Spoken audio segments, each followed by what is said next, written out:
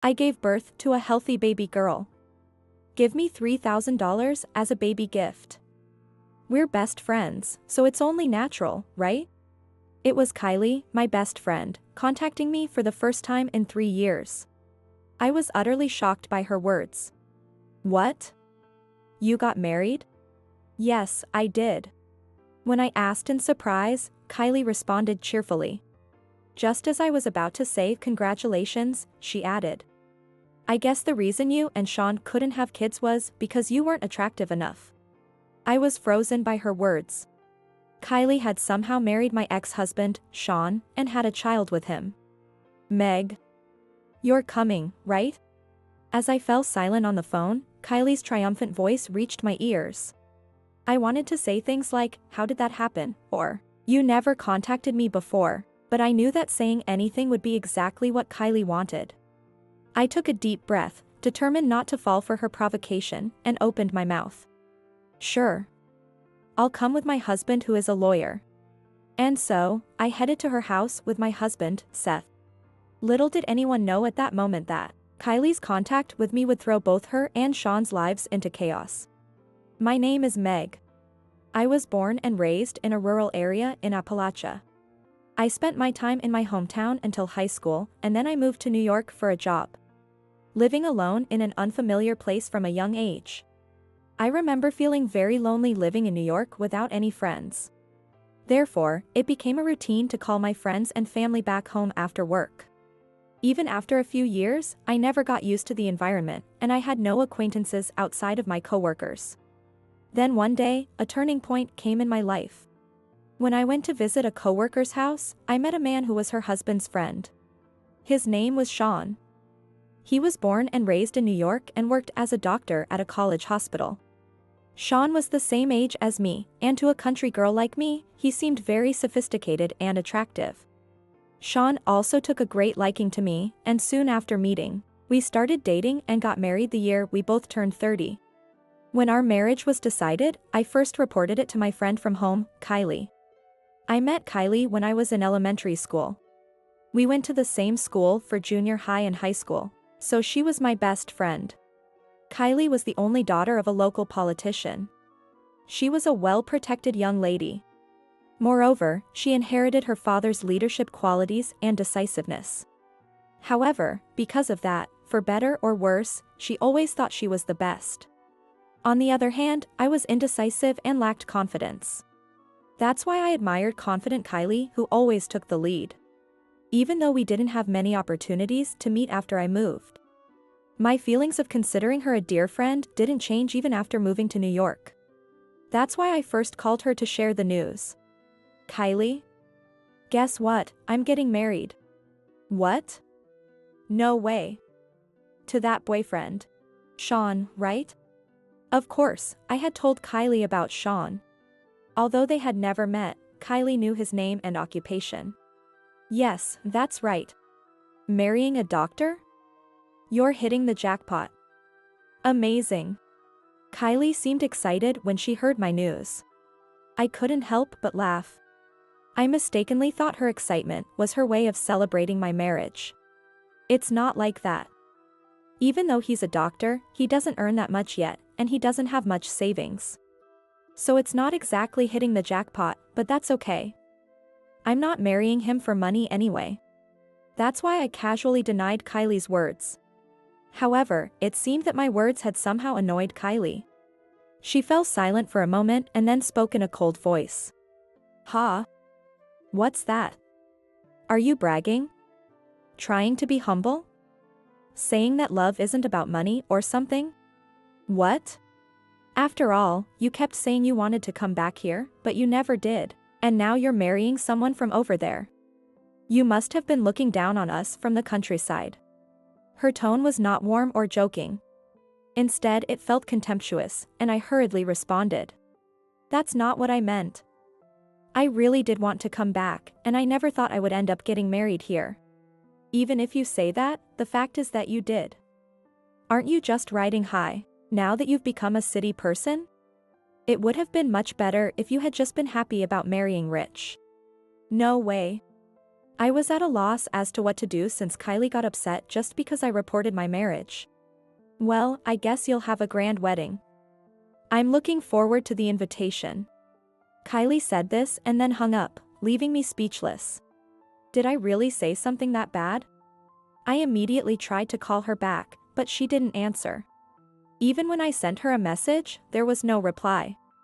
After contacting Kylie, I intended to report my marriage to other friends as well, but I lost all enthusiasm for it. Despite this, I couldn't bring myself not to invite Kylie to the wedding. Our parents had known each other for a long time. Moreover, I had invited other friends from back home, so I couldn't leave out my best friend, Kylie. After that phone call, I tried contacting her several times, but she didn't respond. The wedding invitation was returned, but it was a simple one with only a checkmark indicating her attendance. I was so appalled by Kylie's childishness that I decided to apologize to her at the wedding for my poor communication, and to naturally distance myself afterward to avoid such issues in the future. Then the wedding day came. Kylie arrived in a flashy outfit, acting as if that phone call had never happened, and greeted me with the other friends. Wow. Sean is so handsome. I imagined a boring introvert when you said he was a doctor. At her first words, I was left gaping. Sean, standing next to me, burst out laughing when he heard her. Kylie, right? Thanks. Please continue to take care of Meg. Feel free to visit us in New York anytime. And then, Sean also said such things, which shocked me even more. Sean knew about what had happened between Kylie and me. I had even told him that I planned to distance myself from her in the future, but now he had invited her by saying, "Please take care of Meg, and feel free to visit us," which would make it impossible to keep that distance. Really? Thank you. I've been looking forward to meeting you, Sean, and of course, I'll take care of Meg. Moreover, Kylie spoke familiarly to Sean and lightly touched him. Her actions seemed a bit more intimate than before. Seeing that didn't make me feel good at all, but I knew that if I said something, it would ruin our wedding. I forced a smile and managed to get through the situation. Kylie continued to dominate the scene. She approached Sean's colleagues, one after another. I watched anxiously from my table. It seemed like she had come to the wedding to fish for men. Some of our guests included Sean's colleagues and bosses. It was hard to focus on the wedding, with the worry that Kylie was being rude to Sean's coworkers. Because of that, by the time the wedding ended, I was exhausted.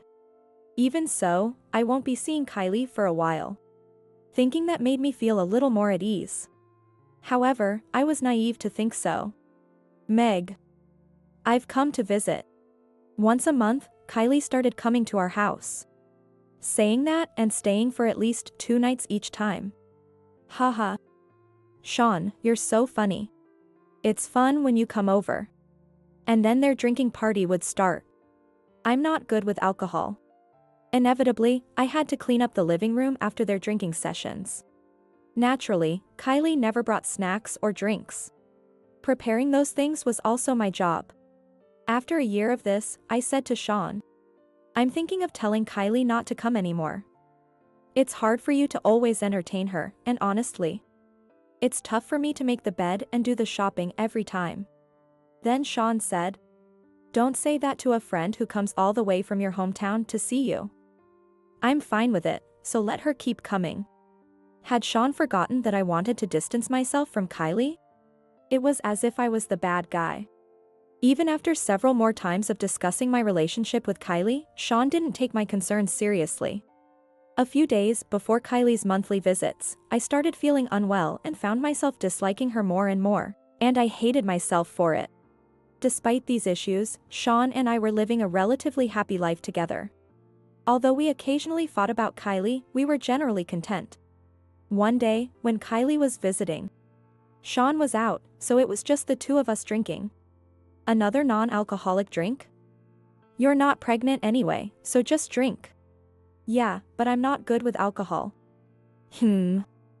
So, are you planning to get pregnant soon? Kylie suddenly asked me such a sensitive question.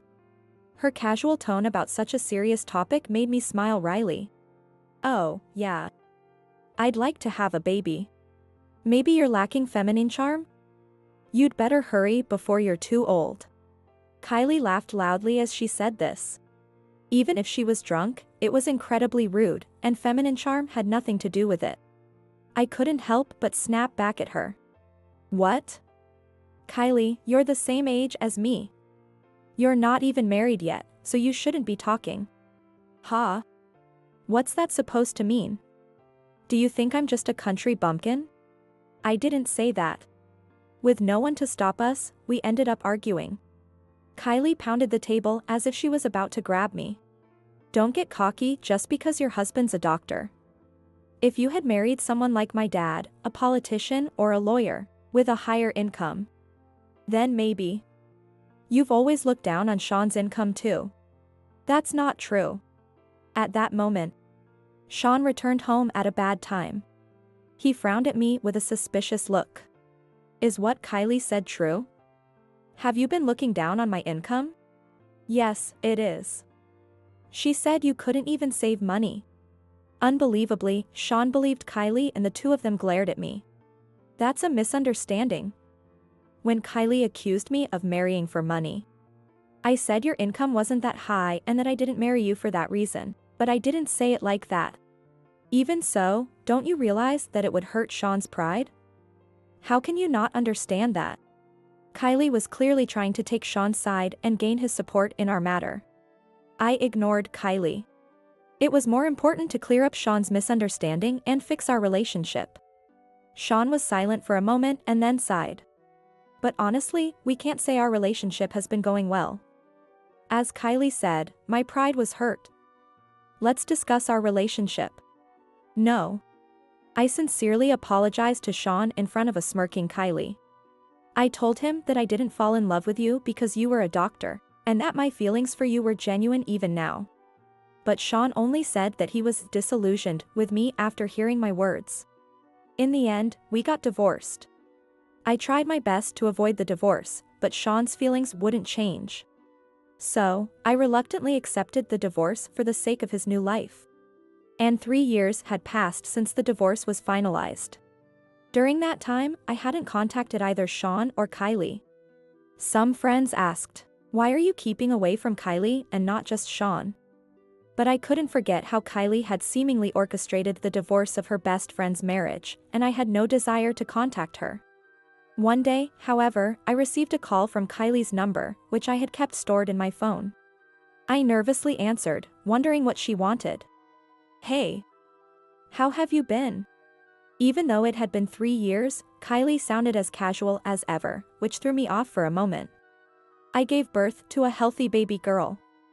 Give me $3,000 as a baby gift. We're best friends, so it's only natural, right? I was utterly shocked by her next words. What?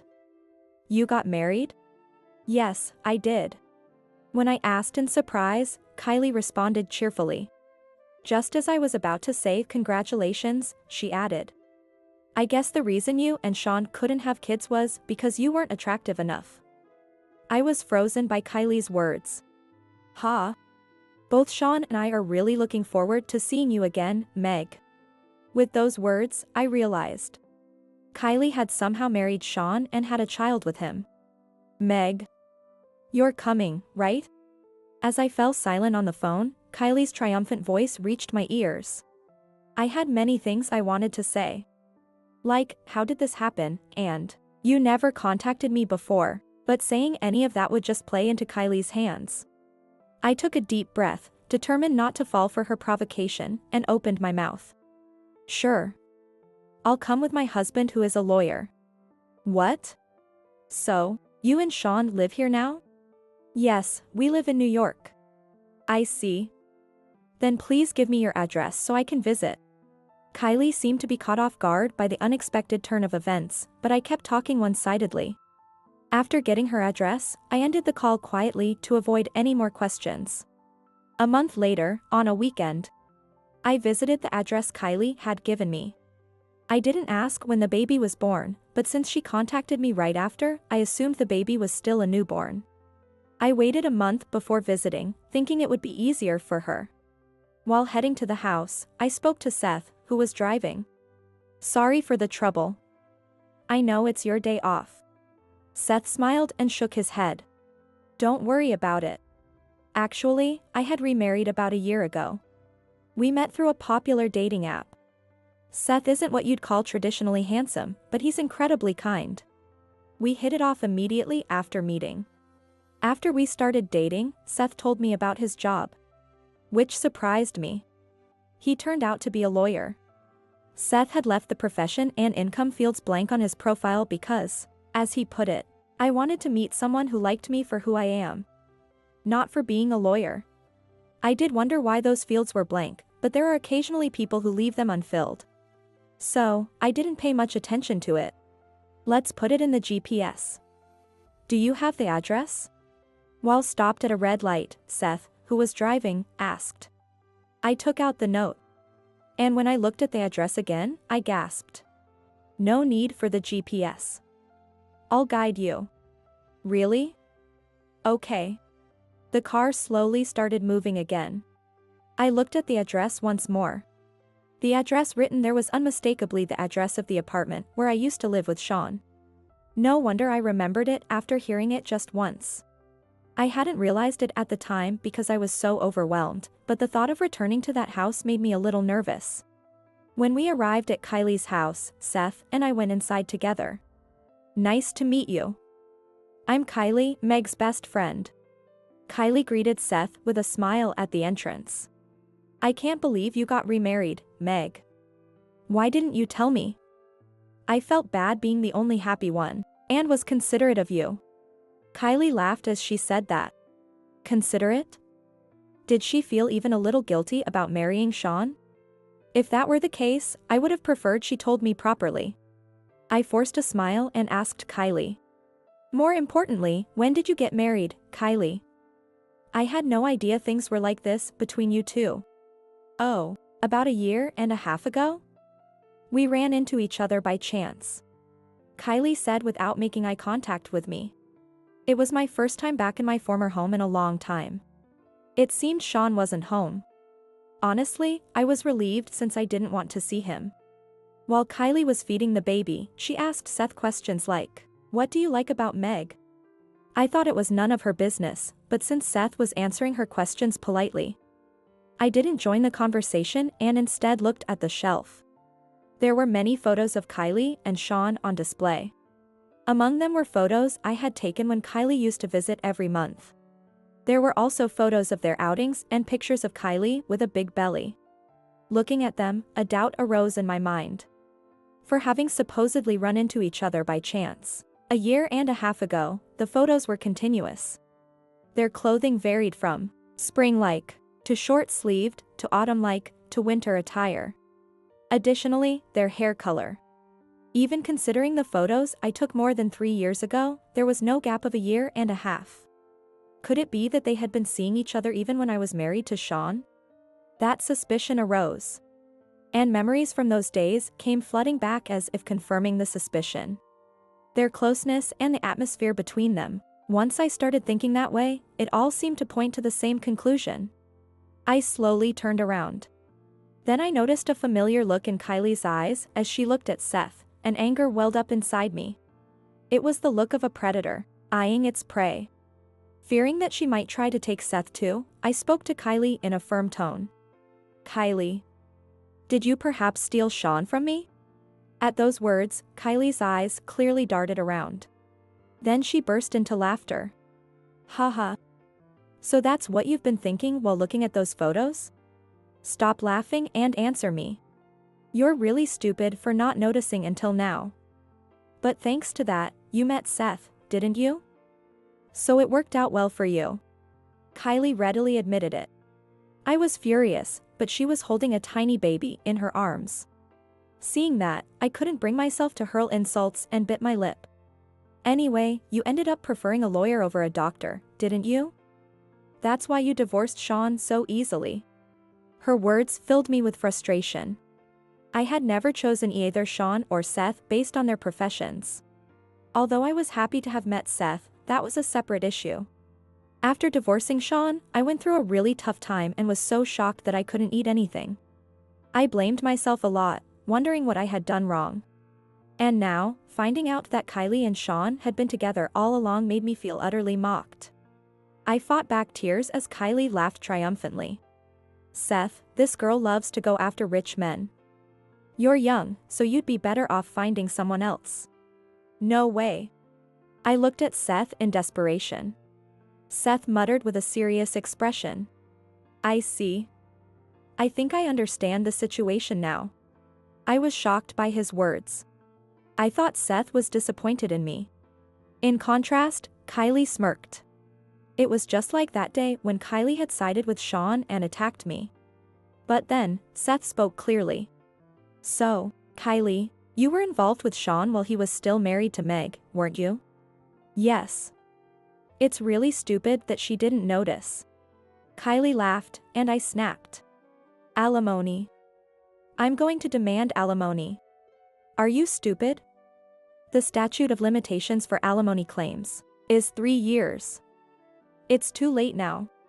This was exactly why Kylie had contacted me. It had already been 3 years. She thought that what they had done to me would no longer matter. Seth began to laugh. Kylie, you're well informed. Of course. It's obvious. Meg's ignorance is laughable. But Meg still has the right to make a claim. Both Kylie and I turned our attention to Seth. Even if the divorce is finalized, she has 3 years from the day she learns about the affair to file for alimony. Meg found out today. So she has 3 years from today. Kylie turned pale. Huh? No, no way. That can't be. You can't claim divorce alimony, but you can certainly claim alimony for infidelity from both of you. Please reflect on the hurt you caused my wife. Meg, let's go. Wait, this is a misunderstanding. While Kylie panicked, Seth smiled at me. I felt relieved and grateful that Seth didn't fall for Kylie's manipulation, and stood by me until the end. I wiped away the tears that had fallen. Seth, kind and calm, worked hard to heal my wounds and began the process of claiming alimony from the two of them. Simultaneously, calls kept coming to me non-stop. Calls from Kylie and from an unregistered number. When I answered one out of curiosity, I heard Sean's voice and immediately hung up. Thanks to that, we got Sean's phone number, making the paperwork smoother. On a later date, we visited their house again. These are the documents regarding the alimony claim. We brought them for you to review. Since it was a Sunday, Sean was also at home. As soon as we arrived, both Sean and Kylie apologized. Meg, I'm really sorry. Please withdraw the alimony claim. Kylie suddenly apologized meekly, but I gave her a cold look. I kept quiet for your sake. I thought it would hurt you. I thought we could take this secret to our death. Yeah. And I only told you because you seemed happy. Even Sean, whom I hadn't seen in a while, was speaking as if they weren't at fault. The two of them continued to drone on about how they had kept the secret for my sake. So, you do realize you're at fault? Of course. Then pay the alimony. However, they fell silent at that. There was no point in discussing further. An apology without any sincerity meant nothing. Seth began to explain the alimony claims in a matter-of-fact manner. Anyway, Sean will pay $30,000. And Kylie will also pay $30,000 to Meg, making a total of $60,000. $60,000. We can't pay that kind of money. The amount Seth mentioned turned both of them pale and then red in anger. However, Seth remained calm and explained the rationale behind the amount. Sean listened, still saying, "Even so, that's too much. We have a child. If you had any sense, you wouldn't demand such an amount from a couple who needs to raise a child." Kylie complained repeatedly. If they had any sense, they wouldn't have cheated with their best friend's spouse. Ignoring their own faults, they kept shouting. To silence them, Seth raised his voice for the first time. "What you did was that malicious. Taking it to the grave, my foot. You just gave in to your lust. Stop making excuses." That shut them up perfectly. I was truly grateful to Seth. "Understood." Sean muttered softly. "What, Sean? Are you serious? Where are we going to get that money? I'll handle my share. You can borrow from your parents or something. What? I can't do that. They began arguing in front of us. Sean indeed had an income as a doctor. But Kylie had no income. She might have worked back home, but the plane tickets for her monthly visits to our house must have been substantial. I didn't know when she quit her job, but she wasn't the type to save money. Plus, her father was a politician. Even if they had money, he wouldn't cover his daughter's infidelity expenses. Well, we'll be leaving now. Let us know when you've made the arrangements. Prompted by Seth, I left the house with him. As we shut the door, I heard Sean's angry voice. Why did you tell Meg? There was no sign of remorse. Hearing that, Seth and I laughed as we walked away. We walked to the nearby parking lot and were about to get in the car when... Wait. We stopped at Sean's voice. You go ahead and get in the car. I nodded yes, and got into the car. The window was slightly open and I could hear their conversation. I didn't want to hear anything, so I tried to close it, but I couldn't start the engine from the passenger seat, so I just sat there quietly. Seth, you know my situation. Please do something. Hearing Sean's words, I lifted my head. This and that are separate matters. Sean spoke to Seth as if they were acquaintances, which puzzled me, but it really felt like a conversation I shouldn't be hearing. Still, I couldn't help but overhear it. It was irresistible for that conversation to reach my ears. What's the remaining amount now? Tell me. Here. What if someone hears us? Just tell me. My life depends on this. Sean urged Seth in a panicked tone. Seth lowered his voice and said something. Sean, confirming what he heard, spoke again. Ivy's husband is owed $20,000, and Mina's husband is owed $11,000 in installments, and now $30,000 to Meg? There's no way I can pay that. I was stunned by Sean's words. And to think you used to be Meg's husband. If this continues, it's only a matter of time before Kylie finds out and demands alimony. Please. Don't tell Kylie. Of course, I have a duty of confidentiality. I won't go out of my way to tell her. But can you keep it hidden forever? Hearing Seth's words, Sean buried his face in his hands. Seeing this, I couldn't help but burst out laughing. From their conversation, it seemed that Sean had been repeatedly unfaithful. It had been discovered by the husbands of the women involved, and he was currently paying alimony to them. It's often said that fools with money only bring trouble upon themselves, and it seemed that Sean was the biggest fool of all. Are you working just to pay alimony? At your age, it's time to grow up. I know. Then make sure Kylie never finds out. If you don't take care of her, you'll lose both your family and your money. Seth left those words and headed toward the car. Sean called out, Seth, wait, but Seth didn't stop. Sean, meeting my gaze from the car, stood frozen in place. It seemed his little pride couldn't bear to show me his pathetic state. Though, it was already plenty pathetic. The alimony for Meg cannot be reduced by a single penny. Thank you. With those words, Sean slumped against the concrete wall. He was likely pondering what to do next. I hoped that the same energy he had used to hide his affairs would now be directed toward alleviating the suffering he had caused. Sorry to keep you waiting. Seth got into the car with a smile on his face. I simply greeted Seth with a smile too. Thanks to Seth, I was able to receive alimony from both Sean and Kylie. Kylie had asked Sean to cover her portion of the alimony, but Sean didn't have the means to do so. In the end, she turned to her parents for help. Kylie's parents knew that Sean was my ex-husband. But they had never imagined that Kylie was the cause of our divorce. Indeed, as Kylie had told me, they believed that she had reconnected with him a year and a half ago. It turned out that Kylie had lied to her parents as well, and they were furious upon learning the truth. My parents told me that Kylie's parents had come to our house to apologize. Kylie's mother cried, saying it was her fault for spoiling her too much. Her father said he would never let her cross their threshold again. Even good parents don't always raise good children, I thought, as if it were someone else's problem. Eventually, it seemed Kylie also learned about Sean's alimony situation. It was ironic for her to blame Sean for his infidelity when she had been unfaithful herself. But I hoped this made her understand a bit of what I went through. Though Sean's infidelity wasn't ongoing, and they decided to rebuild their relationship for the sake of their child. With Kylie's high pride and Sean's unfaithful nature, I could only hope, as if it were someone else's problem, that at least their child would grow up properly. After receiving the alimony and settling down, Seth and I went on a trip. The hotel on a southern island with a view of the ocean helped heal the wounds and hardships I had endured. I'm now at an age where having children is considered late.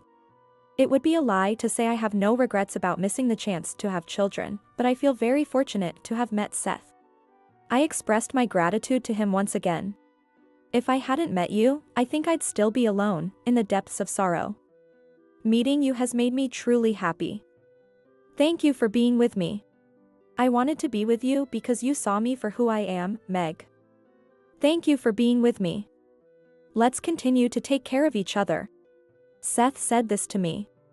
I thought that I want to see many different landscapes with him, without ever forgetting the happiness I have now.